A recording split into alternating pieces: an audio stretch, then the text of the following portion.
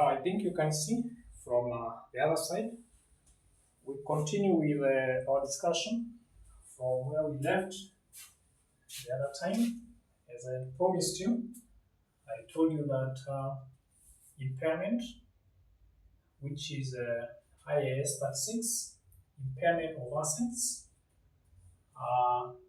we have two areas which are critical to be covered. That is calculation of impairment itself, and also that is the other part is to do with cash generating unit. Last lesson, for those who have been following, we illustrated the calculations of impairment, how we determine impairment of an asset. We also did some theories. What is impairment? Internal as well as external indicators of impairment. And then we also did an illustration, if I'm not forgetting. I believe we said that if you did not, if you are not part of us when we are discussing the last lesson concerning IAS 36, that is the International Accounting Standard number 36, about impairment, we say that impairment occurs when the carrying amount of an asset is more than the recoverable amount. We know, I think at this level, you should not have any problems as far as the meaning of carrying amount is concerned. Carrying amount is the same as net book value. And I think we covered many things concerning net book value when we were doing income tax. That is IAS 12.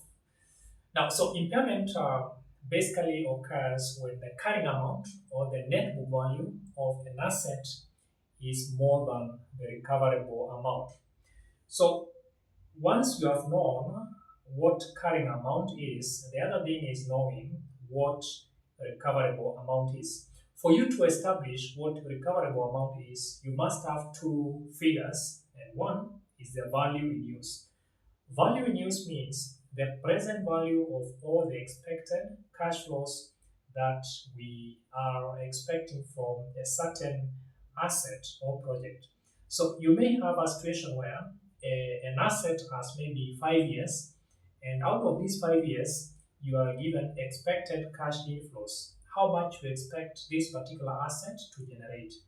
So calculate the present value of those particular cash flows as at today, as I showed you in the previous video. And I will do the same right here in a few minutes.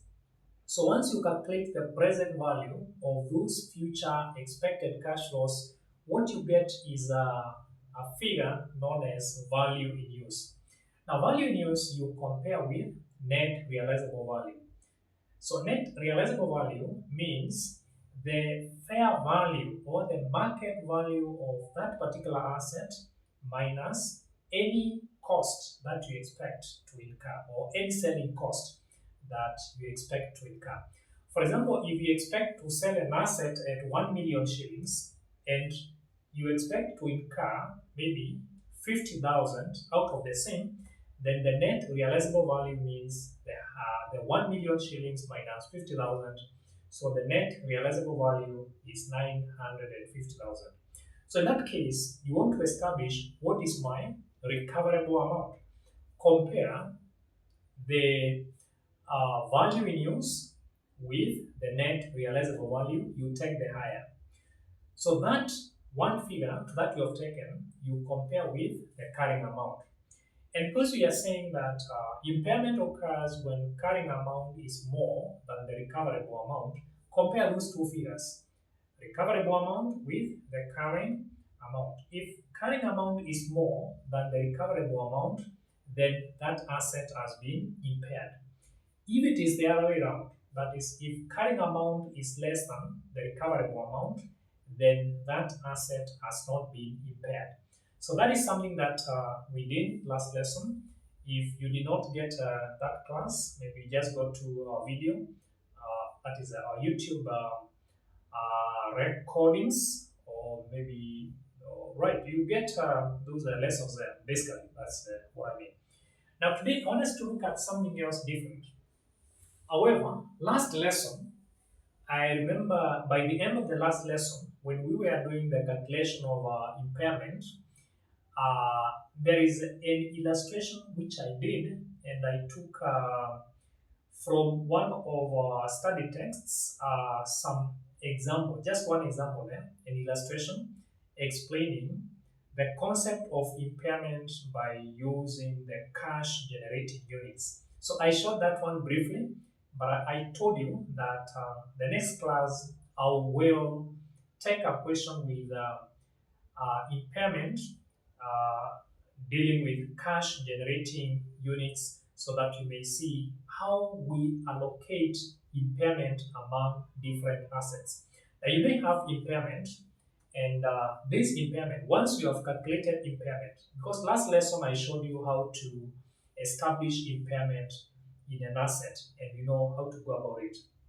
Now, the last thing that we can look at is how do we allocate, or how can we allocate this impairment among different assets? What criteria are we supposed to follow? So once you have calculated impairment, then I will show you how you can allocate this impairment among different assets. Now, first important thing that we should note is that we always assume that goodwill is fully impaired.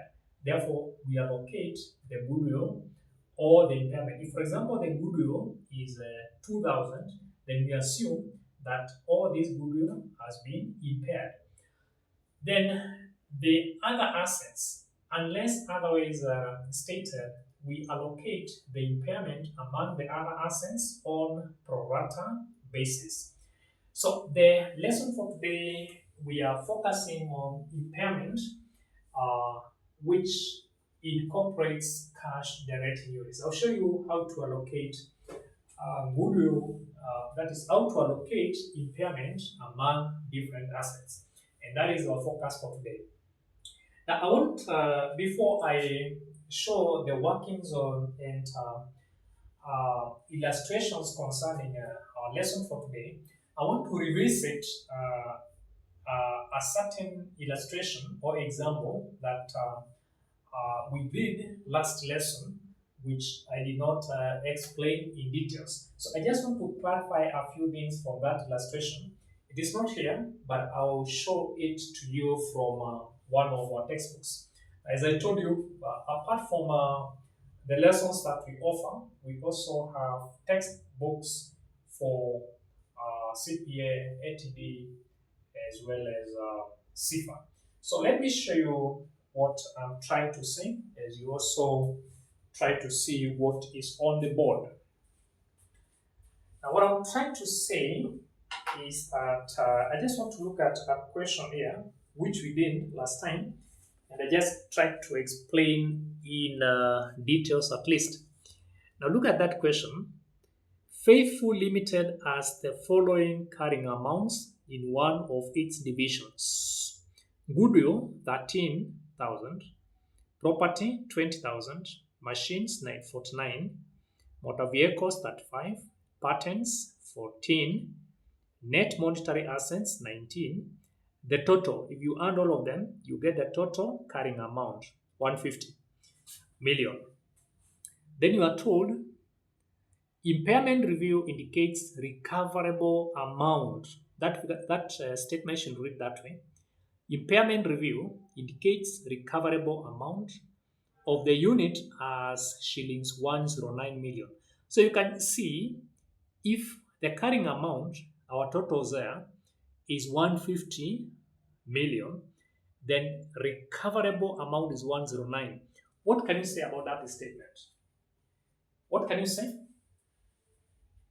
Carrying amount is 150 million, recoverable amount 109. What does it mean? We have said impairment occurs when the carrying amount is more than the recoverable amount. So in that case, in that statement, because the carrying amount is 150 and the recoverable amount is 109, obviously that particular asset has been impaired. by the difference. 150 minus 109. So the difference represents impairment. So that's the point that I just wanted to clarify there. So understand, in that question, there was impairment. There was impairment. Now you can see, now the other statement, the selling price of the unit of the assets are insignificant except property which have a net realizable value of 35 million and the net monetary assets which can be realized in full. So what can you say about the property? Now you look at property there, the carrying amount for property is 20. Property 20. But we are saying we can sell it at that 5. So is that asset impaired? The answer should be no, because the carrying amount of property is 20, but realizable value is that 5. No impairment there. So there is no impairment for property because the carrying amount for property is 20, but you can sell this asset at that 5. No impairment. In other words, what that statement is trying to tell us is that the carrying amount is less. The carrying amount is less. Carrying amount. The net book value you are given 20, but you are saying the recoverable amount is that 5. So for property, no impairment. That's the point. The same applies to net monetary assets. You're told that the net monetary assets can be realized in full. You look at net monetary assets is 19, and you are told the net monetary assets can be realized in full. So there is no impairment. So the allocation now, you are told allocate the impairment loss to the individual units. What you do, goodwill, we have said we should assume that goodwill is always fully impaired. Allocation for goodwill, you can see the second column, you have said allocation in full.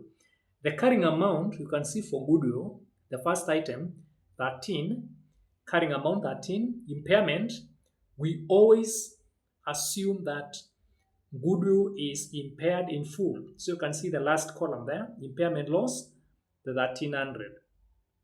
Property, allocation is 0 because there was no impairment. Carrying amount is 20. Impairment loss, there is no impairment because you have seen that carrying amount was less than the recoverable amount. Machines, motor vehicles, patents, you use pro rata basis. So you are given the carrying amounts for machines, 49, that 5 for motor vehicles, and patents, 14.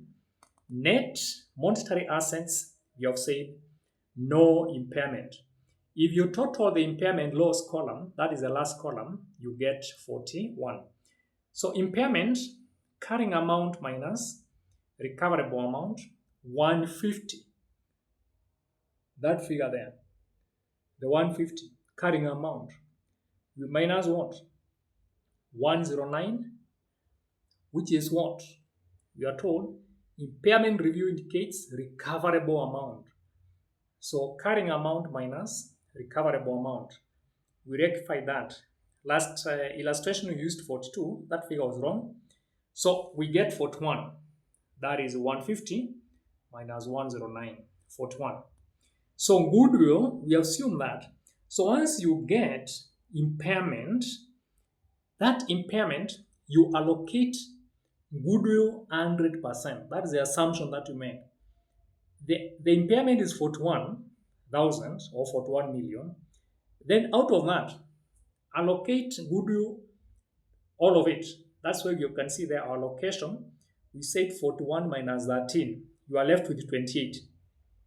Now that's 28 now.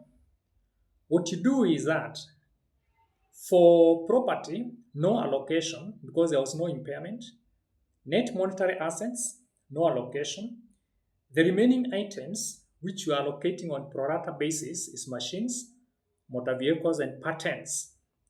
So for machines, you can see it is 49. Okay, you take the three of them. What is their total?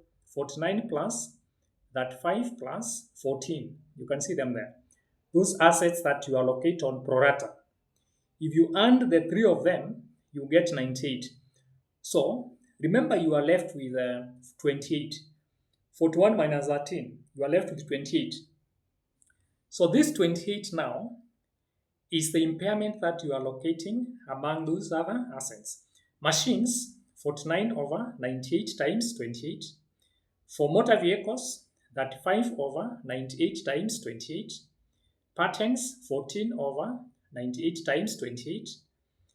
So you have allocated that impairment among those other assets on pro rata basis. Then the other side, you did now the analysis for that. You can see what we did from the other side. Goodwill, the carrying amounts had been given. The carrying amounts had been given from the question. They were totaling to 150. Impairment losses from goodwill, we said you allocate the entire figure. So 13. Property, there was no impairment. Machines, you have allocated the 28, which we are sharing. Machines got 14, motor vehicles 10, patents 4. Then if you sum out them, the impairment loss, you get 41. Then impaired value, that column for impaired value, for goodwill, there was no impairment. The entire figure was impaired, so there was no impaired value because it is 13 minus 13, 0. The other is 20, that 5, 25, 10, 19. The total, if you add downwards, you get 109. Remember, we are taking carrying amount minus impaired loss. For example, 13 minus 13 is 0. 20 minus 0 is 20. 49 minus 14. 35 minus 10. 14 minus 4. 19 minus 0. You add downwards the last column, you get 109. Impairment loss, 41. So that is what I wanted to clarify. That question we did last time. We did that question last time. I want us to take another example to do with cash generating unit. And part of that question I have solved it on the board. Part of it I have not. The reason being, if you look at this question, you find that one unit has no impairment because as you are going to see later in a few minutes, this question has two generating units, cash generating unit 1 and cash generating unit number 2. After we analyze this question, you find that cash generating unit number 1 has no impairment because the carrying amount is less than the recoverable amount. So you don't see the need to present the answer here because we should be able to see the solution from my book. So the cash generating unit, which has impairment, is cash generating unit number 2, which I have presented here, and I'll show you how to allocate that impairment among different assets. Now let me read it before I project it to you. The following information is provided relating to the carrying amounts of the assets comprising the cash generating units of Alexo Limited as at 30th September 2009. We are given cash generating unit number 1 and cash generating unit number 2. Goodwill for unit number 1, 0. Goodwill for unit 2, 25 million. Then you are given tangible fixed assets and inventories. The accountants of Alexo Limited have prepared the following cash forecasts relating to the business operations of the two cash generating units. You are given cash generating unit number 1 and number 2, you are given cash flows for year 1 up to year 6. Then you are told the net realizable value of the assets of cash generating unit number 1 is shillings 50 million, and that of the assets of cash generating unit number 2 is shillings 70 million. The discount rate appropriate to the activities of cash generating unit number one is 10%, and that of cash generating unit number two is 12% required. The recoverable amount of cash generating unit number one and cash generating unit number two. Number two, the impairment loss, if any, for cash generating unit number one and cash generating unit number two. Then number three, allocate the impairment loss, if any, between the assets of cash generating unit number one and cash generating unit number two. Now let me present that one to you. Now you can now once it appears there, you just need to pause your video and maybe you can record. You can just record how that question appears. You are told the following information is provided relating to the carrying amounts of the assets comprising the cash generating units of Alexo Limited as at 30th September 09. So you can see cash generating unit number one, goodwill, no goodwill, tangible fixed assets 26 million, inventories 22 million. That is for cash generating unit number one. As I will show you, for cash generating unit number one, there is no impairment. I'll show you. Then cash generating unit number two, goodwill 25 million, tangible fixed assets and inventories. The figures are given there, 107 million and 25 million. The accountants of Alexo Limited have prepared the following cash forecasts relating to the business operations of the two cash generating units. So you can see here as 1 to 6 for cash generating unit number one. The figures are there 8, 6, 9, 10, 11, 12. For cash generating unit number two, 20, 22, 27, 24, 15, 30. The net realizable value of the assets of cash generating unit number one is shillings 50 million, and that of the assets of cash generating unit number two is 70 million. The discount rate appropriate to the activities of cash generating unit number one is 10%, and that of cash generating unit number two is 12% required. The recoverable amount of cash generating unit number one and cash generating unit number two. Number two, the impairment loss, if any, for cash generating unit number one and cash generating unit number two. Then question number three. Question number three. Allocate the impairment loss, if any, between the assets of cash generating unit number one and cash generating unit number two. Now I've told you for cash generating unit number one, there is no impairment. We say that impairment occurs when the carrying amount is more than the recoverable value. So the first thing is to establish the recoverable amount by calculating the value in use. We compare with net realizable value. We take the higher and then you compare with the carrying amount. So the first thing is let's see the cash generating unit number one, why we are saying there is no impairment. So the first thing is you look at first, because you need the present value interest factor. For cash generating unit number one, we are using 10% as per the question. So you'll have a column for years 1 to 6. Then cash flows, they are given. I'll show you them. Present value interest factor 10%. You get present values. You add all of them together.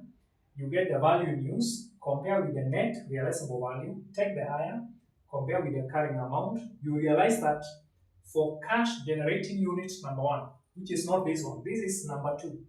Number 1 I have not presented because it has no impairment. You find that carrying amount is lower than the recoverable amount. Now, the starting point is by looking at this question, if you look at cash generating unit number 1, cash generating unit number 1, you can see the cash flows there 8, 6, 9, 10, 11, 12. Year 1 to 6. We are interested with cash generating unit number 1. And then you are told the net realizable value of the cash generating unit number 1 is 50 million. 50 million is what we're interested with. Then discount rate for cash generating unit number 1 is 10%. So for cash generating unit number 1, we are interested with 50 million and the 10%. Now let's go to the other page. You see what we did? We said cash generating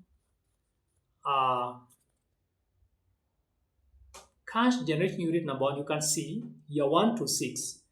Cash flows are there, just as it appears in the question. Then present value interest factor, 10%. You know how to get those numbers. It's 1 plus rate raised to negative n. For example, for year 1, you could have taken 1 plus 0.1 raised to negative 1. For year 2, 1 plus 0.1 raised to negative 2, all the way. Then you multiply by those cash flows there. That is, you take column 2, those are the cash flows, times column 3 to get present values there. You add all of them together, you get the value in use. The value in use, if you add them together, you get that 9, 426, 960. You have been told the net realizable value for cash generating unit number 1 is 50 million. So, what is the recoverable amount? You compare value in use with net realizable value. So you take the higher. So I'll take 50 million.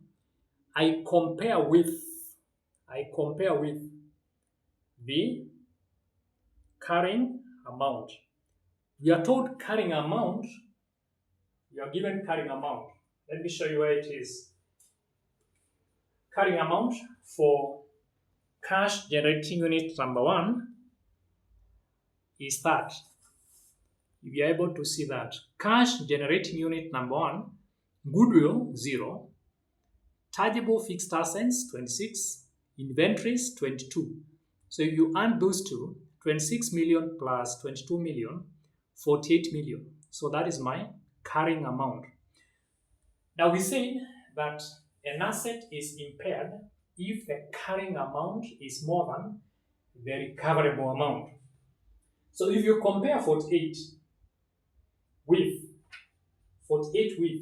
50, if you compare, I've shown you where 48 is coming from. If you look at my analysis down there, value in use and net realizable value. What is the recoverable amount? You take the higher. Comparing that 9 with 50, you take 50. So 50 is a recoverable amount compared with carrying amount of 48. So is there impairment there? There is no impairment because 48 is less than 50. In other words, carrying amount is less than recoverable amount. You can just look at our analysis there, the explanations that we have given. Note where 48 is coming from is the summation of the two assets we have from our question. So that is why I said I did not present the workings for cash generating unit number 1 because it is not impaired. Now part 2 now, I want us to do, so note that cash generating unit number 1 is not impaired. The reason being the carrying amount is less than the recoverable amount. I want now to present cash generating unit number 2. Now that one, cash generating unit number 2 will help us because we'll be able to know how to allocate the impairment. So once I get my impairment And in the last lesson, I showed you how to do the impairment. So let's see cash generating unit number two. Now let me remind you about what is in our question, because we have done cash generating unit number one. You can see for cash generating unit number one, the total carrying amount is there. Cash flows are given there. Now we are through with cash generating unit number one. We have established that there is no impairment. Let's go to cash generating unit number two. There is goodwill of 25 million, tangible fixed assets 107 million, inventories 23 million. Now for cash generating unit number two, cash flows are given there for year 1 to year 6. 20 million, 22 million, 27 million, 24 million, 15 million, that million. Now those cash flows, they are the ones that you'll be multiplying by present value interest factor at what rate? We are told 12%. 12%. The discount rate appropriate to the activities of cash generating unit number one is 10%, and that of cash generating unit number two is 12%. So for cash generating unit number two, we use 12%. So note those cash flows there, the 20, 22, all the way to 30. So if you look at what I've done here,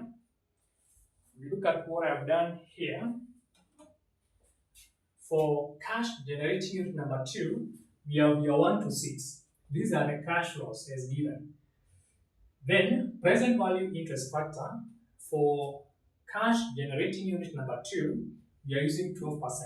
So in other words, you just take 1 plus r raised to negative n.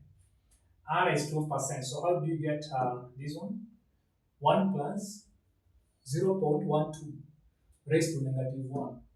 This one, 1 plus 12% raised to negative 2, raised to negative 3, raised to negative 4, raised to negative 5, raised to negative 6.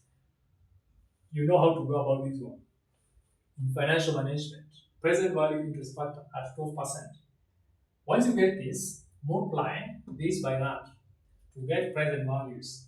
If you sum up all these ones, what they give you is something known as value in use. We define value in use as present value of all future expected cash flows.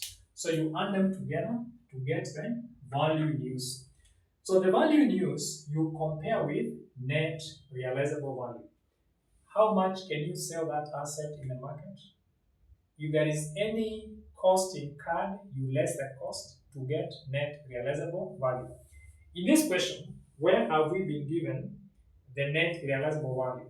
We are using 70. Why? Because we are told if this additional information down there, you can be able to read the net realizable value of the assets of the cash generating unit number one is 50 million, and that of the assets of cash generating unit number two is 70 million. So net realizable value, we are given at 70. So what is my recoverable amount? I compare value in use, and you know how to calculate value in use. Present values, total present values gives you value in use. Compare with net realizable value, which has been given at 70 million. You take the higher. So you take 93. 93, you compare with. Now your 93 becomes your realizable. Your 93, because you are comparing 93, 574, 200 with 70 million. What is the recoverable amount? You take the higher. 93 is more than 70. So 93, 574, 200 is the recoverable amount. Now, recoverable amount you compare with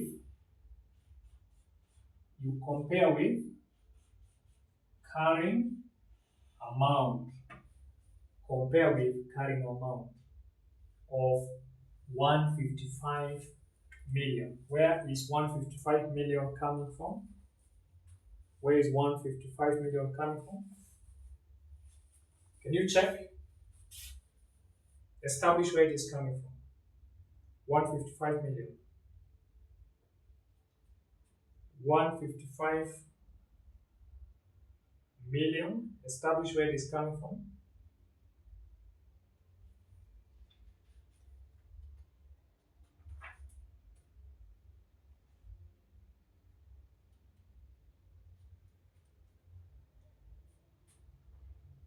So the carrying amount has been given at 155 million. I believe if you go back to your question, because I projected that, go back to your question and you sum up these numbers. The 155, which is a carrying amount, as you'd done, see the cash generating unit number 1, how did we get 48? 26 plus 22.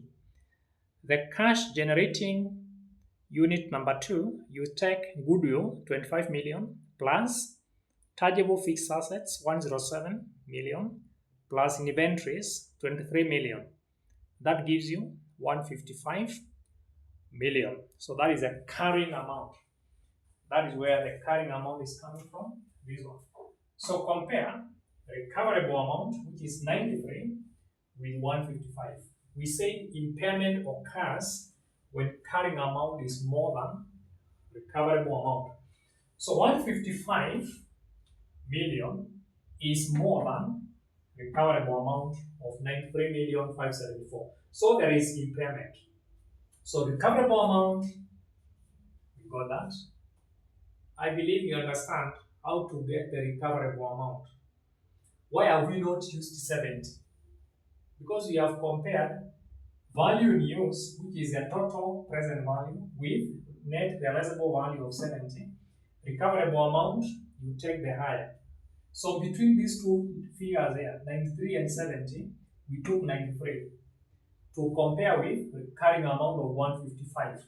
I've shown you how to calculate the 155. So because carrying amount is more than recoverable amount, that asset has been impaired.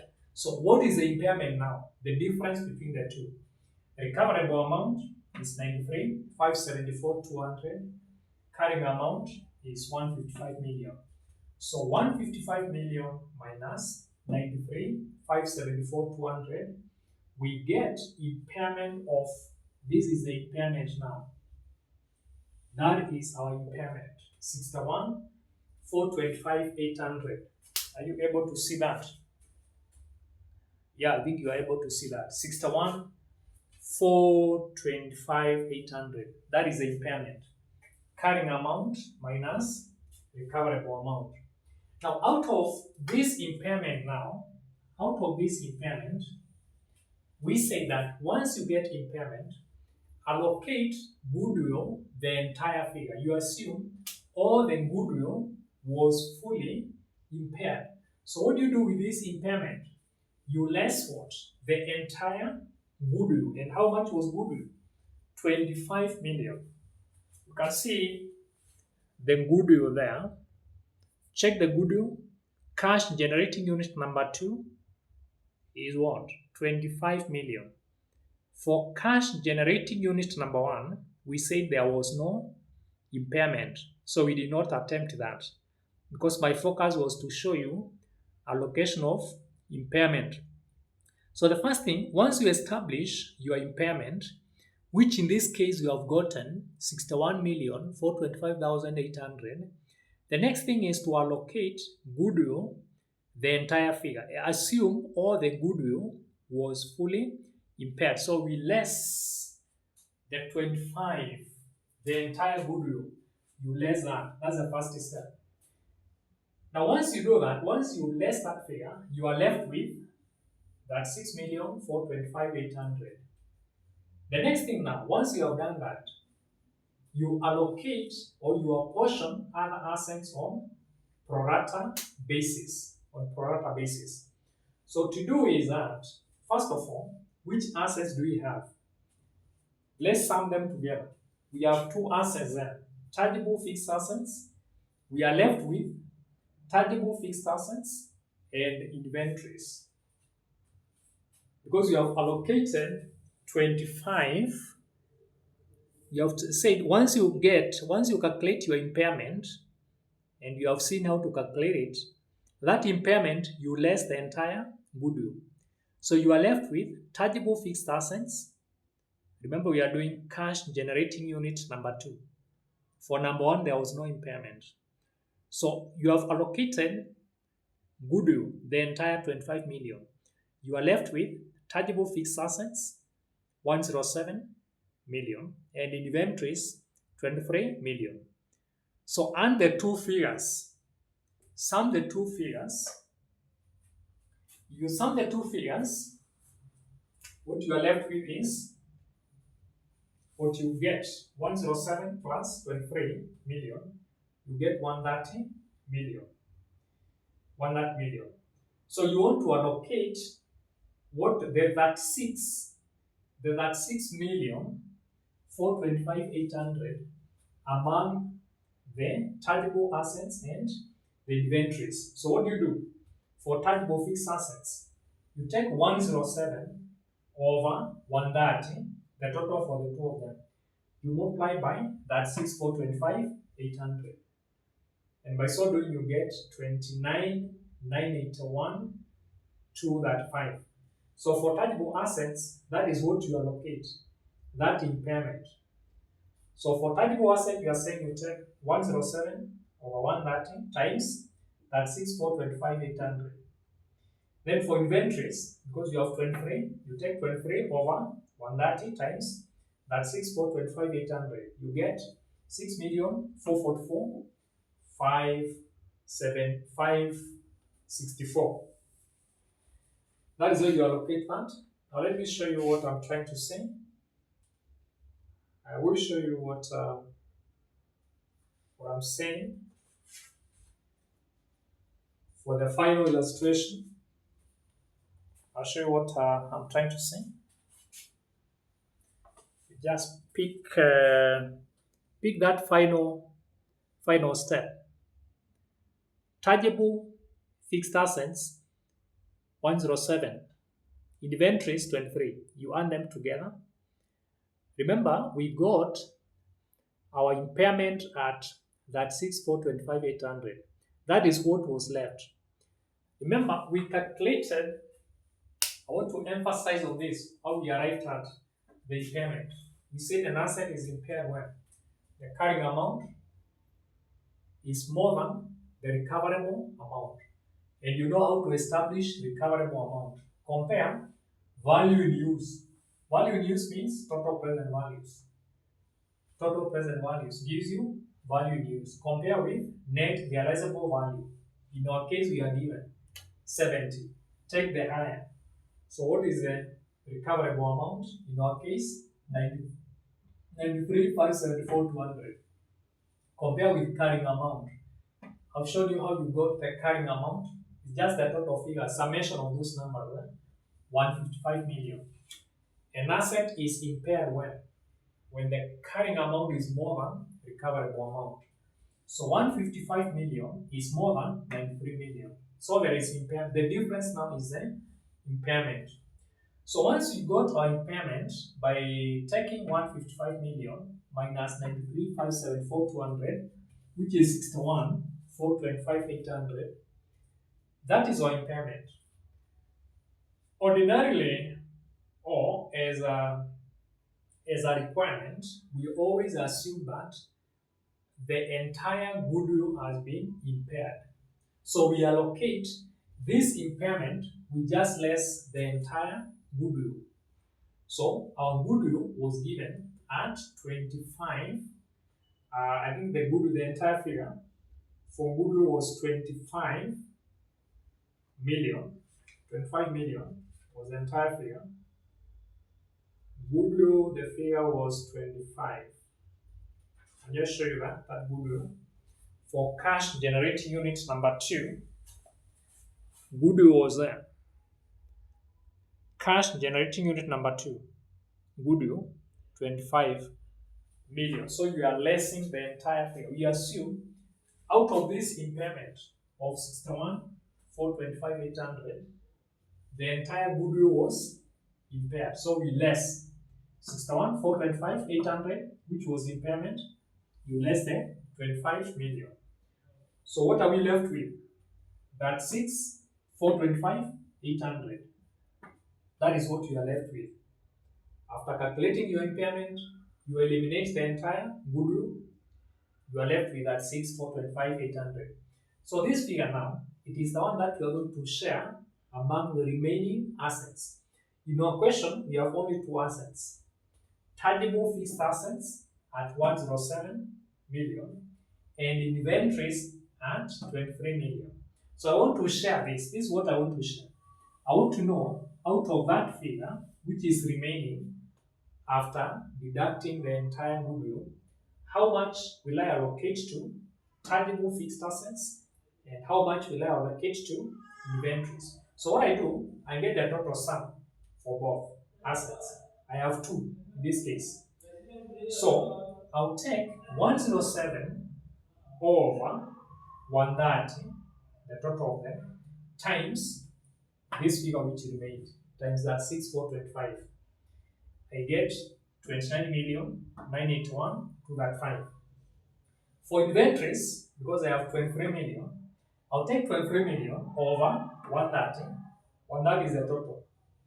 I multiply by that 6425 and the 800, which is the impairment remaining after I deducted the goodwill.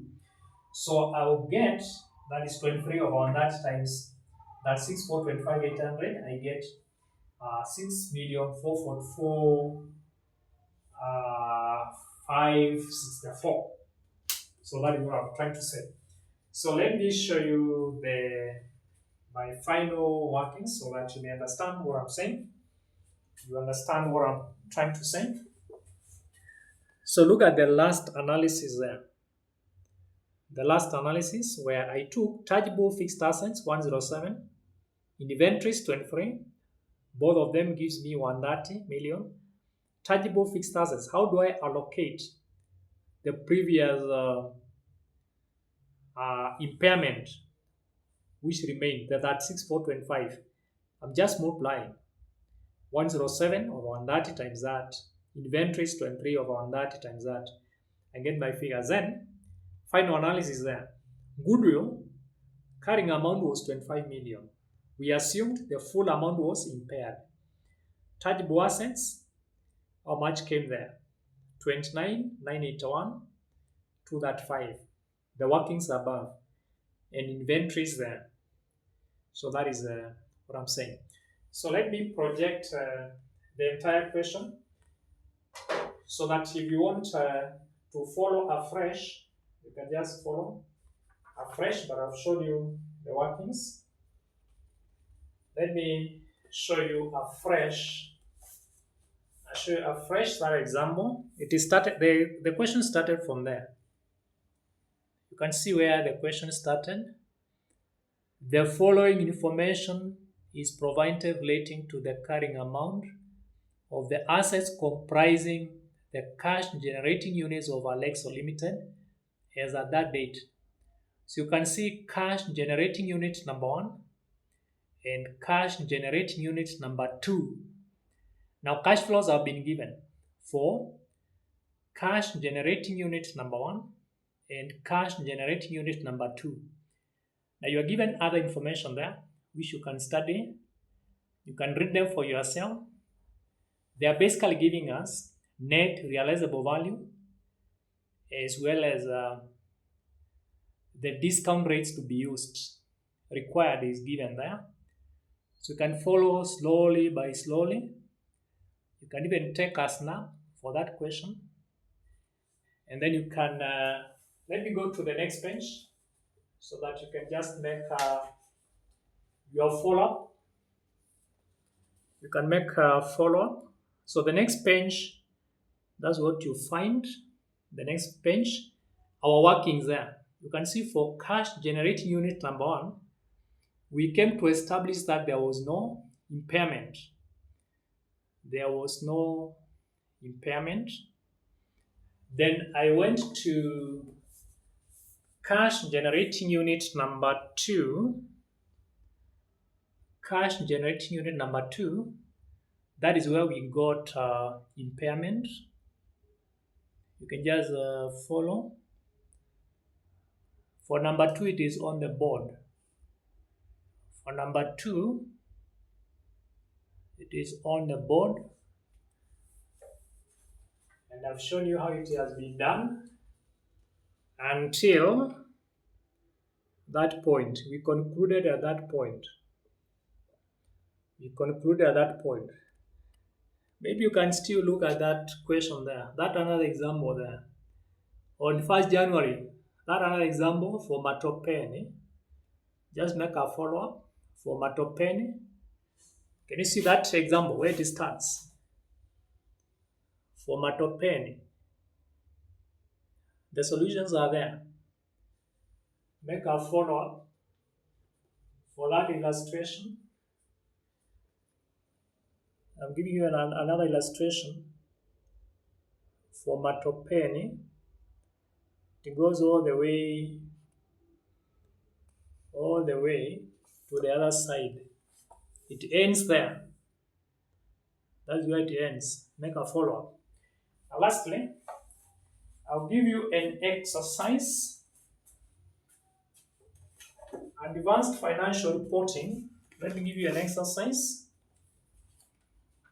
Advanced financial reporting, August 2022. August 2022. Question 2. August 2022. August 2022. Question 2. An assignment for you. An assignment for you is there.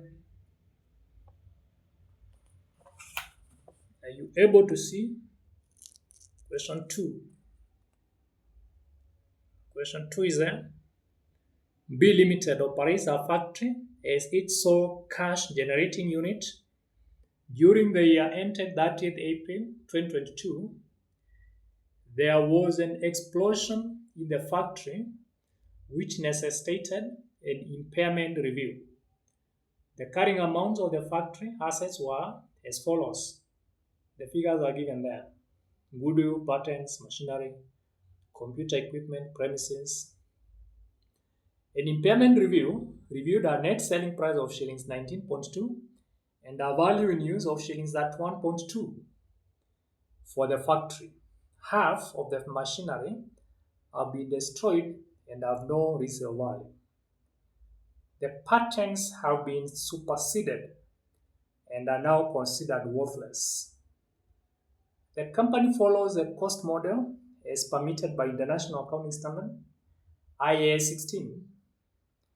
Property, plant, and equipment required.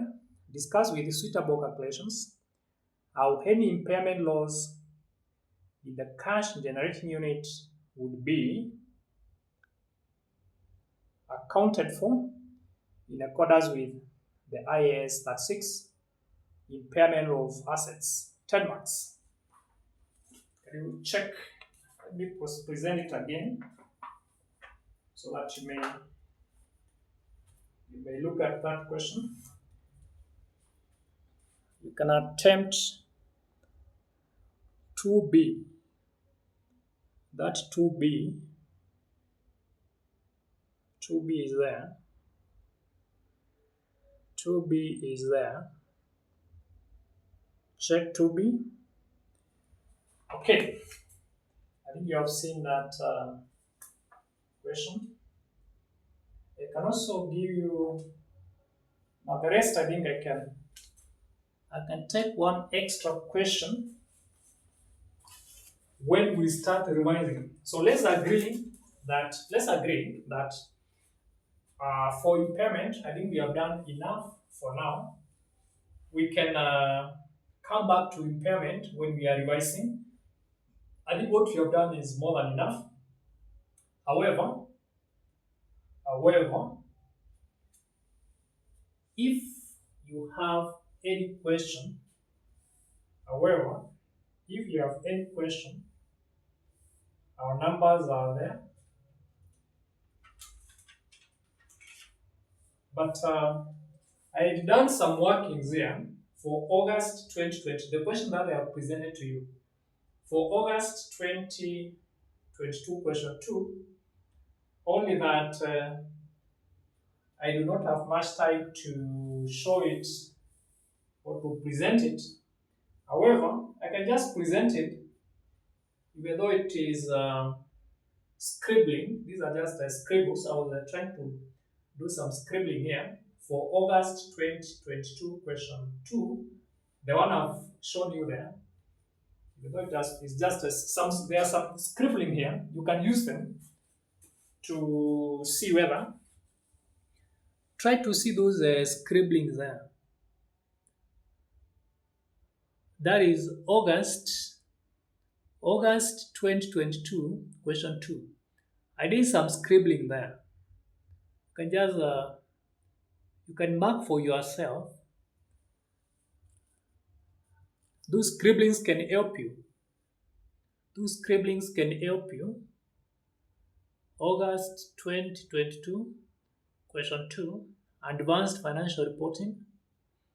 Try to see what we are trying to calculate there. The question that I've just given you, try to compare with what I have projected to you. Try to see.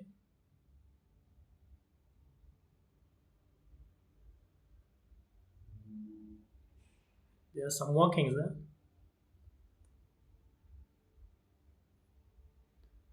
You can just check that and to help you. Now that's enough for today. That's more than enough for today. So what we have done is accounting for impairment. That is IAS 36. IAS 36 is well covered. IAS 36 is well covered. And we have almost covered chapter 1. Because I'll just take now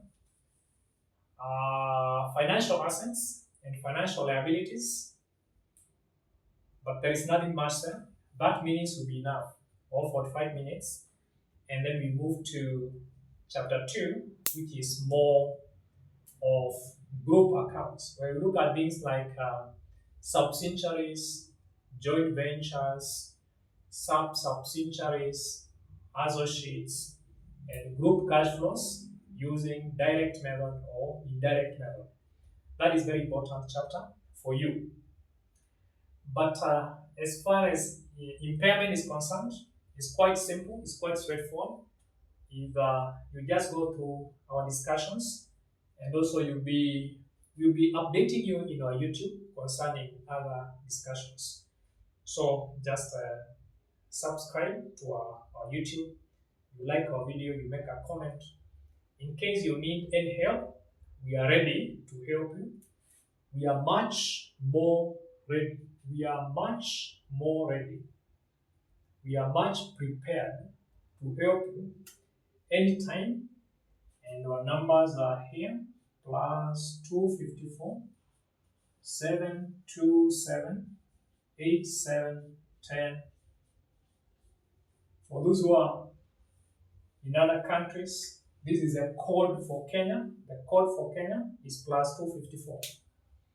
0 if you are within the country, if you are within the Kenyan boundaries, just like call us to 07 0727 87 10 93. 0727 0727 87 10 93. I repeat, 0727 87 10 93. So these are our contacts. So what we have done for this lesson was a continuation of the lesson for last lesson, which is all about International Accounting Standard Number that 6. IAS that 6 is about impairment of assets. You have done calculation of impairment, how to account for impairment, and then impairment where we have cash generating units. So as a conclusion, we say that impairment occurs where the carrying amount is more than the recoverable amount. That's point number one. For number two, be able to calculate the recoverable amount. We calculate recoverable amount by comparing value in use and net realizable value. How do you calculate value in use? It is the present value of all expected cash flows from a project, as we have shown here. For example, here, if you are given expected cash flows from an asset, calculate the present value interest factor. This part you have done it in financial management. Just 1 plus rate raised to negative n. Negative n means this year's year. 1 plus rate raised to negative n. Once you get this figure there, multiply by cash flows to get the present values.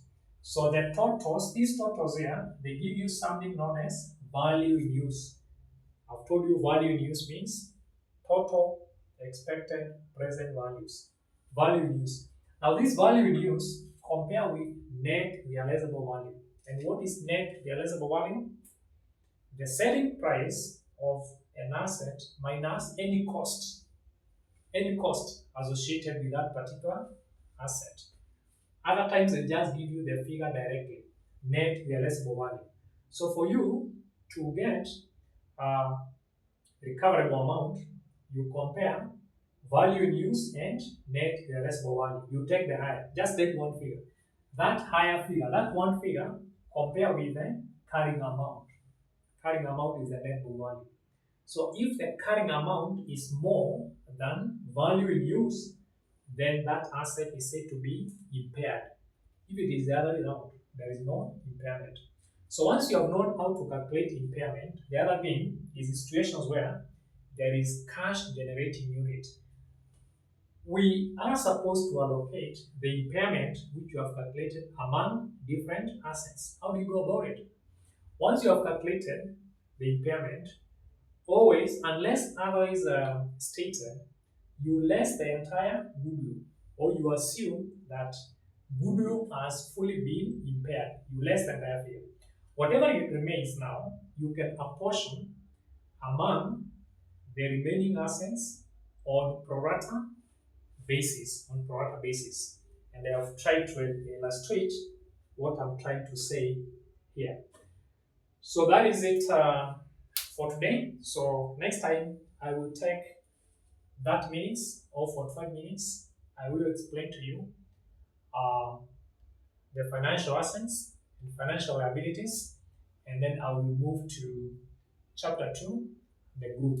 So don't forget to subscribe so that you may be updated every day, because you're still taking other subjects like advanced financial management, advanced auditing and assurance, advanced management accounting, advanced taxation, CPA foundation, CPA intermediate, ATD, ATD1, ATD2, ATD3, CIFA, that is Certified Investments in Financial Analysis.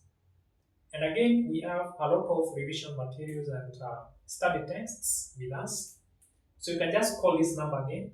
You ask for whatever help that you need, whether it is books, whether it is classes, online classes, anytime, whether it is during the day, during the morning, at night. So anytime you want a class, you can just call us and we will help you. Again, I remind you the importance of subscribing as early as this is because next month we will be starting the revision classes so that you may take advantage of that. But meanwhile, Just be part of us so that you may continue together, so that when we start revising, you don't get mixed up. So that is enough for today. So let's meet on other classes. Thank you.